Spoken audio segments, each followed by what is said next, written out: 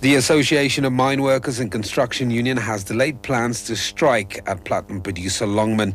AMCU says the decision is pending government-led crisis talks. AMCU wants to be recognized as the majority union at Longman's platinum mines in Northwest. Deputy President Kgalema Motlanthe is due to meet unions, mining bosses and government departments tomorrow to try and ease tensions on the mines. AMCU says in a statement it wants to give him an opportunity to achieve a breakthrough. Finance Minister Pravin Gordhan has reached an agreement with the Libyan government on the repatriation from South Africa of frozen Libyan funds and assets. According to a statement, the repatriation will be handled in terms of the United Nations protocols. The announcement follows a meeting between Gordhan and the minister in the office of the Libyan Prime Minister Osama Al-Abid. South Africa will work closely with several bodies to coordinate the repatriation. President Jacob Zuma says his administration respects the right of the governor of the Reserve Bank to express her opinion on the state of the economy. Last week, Jill Marcus delivered her strongest warning yet to government for decisive leadership regarding the worsening socioeconomic situation. Her remarks on Thursday were seen as sharp criticism of government not doing enough to address factors undermining confidence in South Africa. In reply to his budget in the National Assembly, Zuma accused opposition parties of using Marcus' remarks for cheap politicking. The government respects the views of the bank as well as the fact that it acts in the interests of the country and not on a party political basis.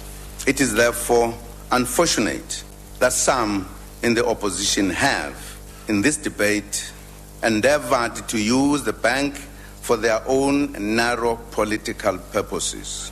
This again reflects how some of the opposition parties functions for opposition's sake and fail dismally to recognize the need to put the country first. Acting National Director for Public Prosecutions, Nomgcobo Jiba, wants prosecutor Glynis Breitenbach to be dismissed. This despite her being acquitted of all charges by an MPA disciplinary hearing.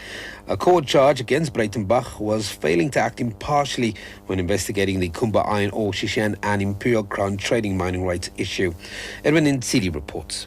Late yesterday, Jiba filed a motion of notice with the Labour Court. The acting NDPP is asking for a judicial review of its own disciplinary hearing, which cleared Breitenbach. In his motion, the NPA wants Breitenbach to be found guilty on 12 charges against her.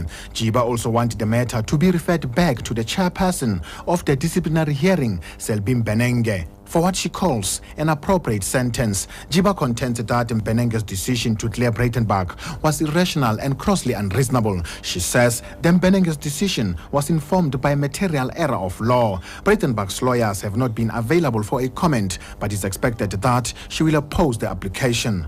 Edwin Nsidi, SABC News.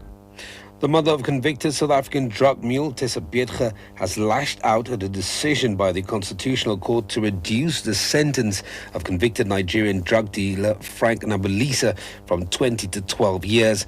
Nabulisa and Cheryl Twele, the wife of State Security Minister Siyabonga Twele, were convicted of drug dealing and recruiting Beetge as a drug mule. Beetge is serving an 8-year sentence in Brazil.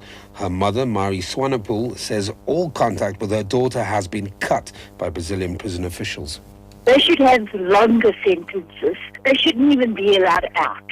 South Africa must stand firm against crime.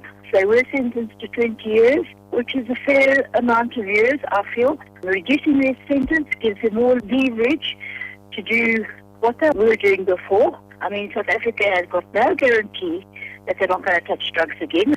I can't phone Tessa twice a year anymore. That's all been taken away. No prisoner's parents or family may have any contact whatsoever with the prisoners in Brazil. And finally, the United Nations says at least 93,000 people have been killed in Syria since the start of the conflict there. The figure is 30,000 more than the last estimate issued in January.